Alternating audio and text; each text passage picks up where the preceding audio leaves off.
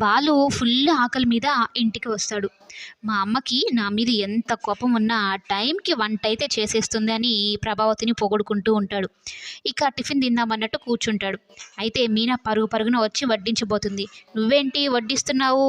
పాత సినిమాల్లో హీరోయిన్ లాగా పరిగెత్తుకుంటూ వచ్చి ఓ జగపతి బాబుకి ఆమనిలాగా వడ్డిస్తున్నట్టు ఇలా చేస్తున్నావేటే, నేను వడ్డించుకుంటానులే అని చెప్పని ఉప్మాను వడ్డించుకొని తింటాడు. ఒక్కసారిగా కళ్ళు బైర్లు గమ్ముతాయి ఆ ఉప్మాలో ఉప్పు ఎక్కువ చూసి. ఇదేంటి ఇలా ఉంది, మా అమ్మకి మాటల్లోనే అనుకున్నాను, చేతల్లో కూడా వంటల్లో కూడా కోపం చూపిస్తుంది అనేది అనుకుంటూ ఉంటే, ఇక చేసింది అత్తయ్య గారు కాదు నేను అన్నట్టు మీనా చెప్తుంది. అమ్మ చెయ్యి తిరిగిన వంటలక్క, నువ్వు ఇంకొకసారి వంటల జోలికి వెళ్ళొద్దమ్మా. ఉప్మాలో ఉప్పు ఎక్కువైందో, ఉప్పులో ఉప్మా ఎక్కువైందో చెప్పలేని పరిస్థితిలో నేనున్నాను. ఇంత ఘోరంగా ఉందేంటి అని అయితే అంటాడు బాలు.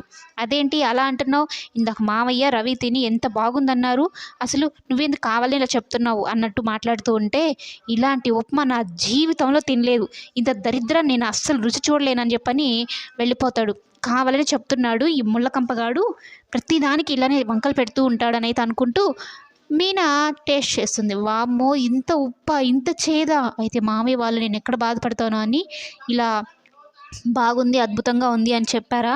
మరి వాళ్ళు ఎంత బాధపడి ఉంటారో తినడానికి. కానీ నా ముందు నటిస్తూ చాలా బాగుందని చెప్పారు అని అయితే అనుకుంటూ ఉంటుంది. అయితే రవి, సత్యం ఉప్మా తినేటప్పుడు ప్రభావతి చూస్తుందనమాట. వీళ్ళేంటి ఎక్స్‌ప్రెషన్ ఒకలాగా, మాటలు ఒకలాగా ఉన్నాయి. ఆ ఉప్మా బాగుందనా, బాగలేదనా అని అయితే అనుకుంటూ ఉంటుంది.